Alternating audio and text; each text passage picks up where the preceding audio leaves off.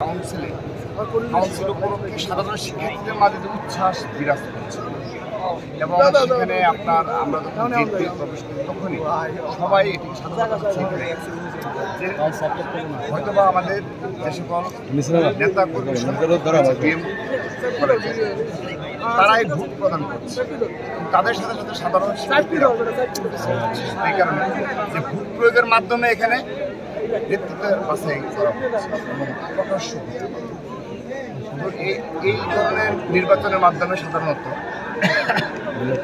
সাধারণ শিক্ষার্থীদের মতামতকে প্রাধান্য দেওয়া হয় এবং সাধারণ শিক্ষার্থীর অধিকার বাস্তবায়নে ক্যাম্পাস তারা কাজ করতে পারত। আমরা সেই মানসিকতা নিয়েই ছাত্রদল রাজনীতি করি। আজকের এই ঐতিহ্যবাহী বিএম কলেজের এই কাউন্সিলে যে সুষ্ঠুভাবে সকাল থেকে ভোট গ্রহণ সম্পন্ন হয়েছে এখন পর্যন্ত কোনো অপ্রীতিকর কোনো ঘটনা কিংবা সামান্যতম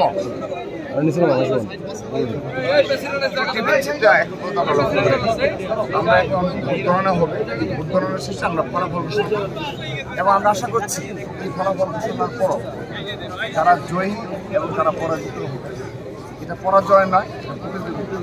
আমরা সবাইকে একসাথে করে দিই এই বিএম কলেজের সাধারণ শিক্ষার্থীদের এবং বাংলাদেশের পক্ষে যেন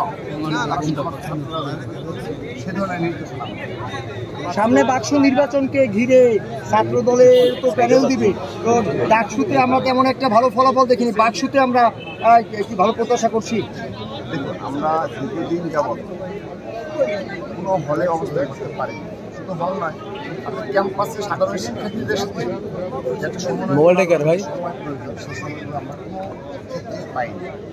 বিশেষ করে আপনি ঢাকা বিশ্ববিদ্যালয় বলেন, জগন্নাথ, জাহাঙ্গীরনগর বলেন, সকল ক্ষেত্রে কিন্তু আমাদের অনেক ব্যাগ পেতে হয়েছে। কারণ আমাদের যে সকল পদদারী নেতাকর্মী সমর্থন করেছে তাদেরকে ক্লাস করা থেকেই বিরত রাখা হবে এবং কেউ যদি কোনোভাবে ক্লাস করতে গিয়েছে এবং ছাত্রলীগ যখন ইচ্ছে তখন তার উপর হামলা করেছে, সেই ধরনের একটা চরম পরিস্থিতি আমরা বিগত 15.5 দিন পাড়ি দিয়েছি।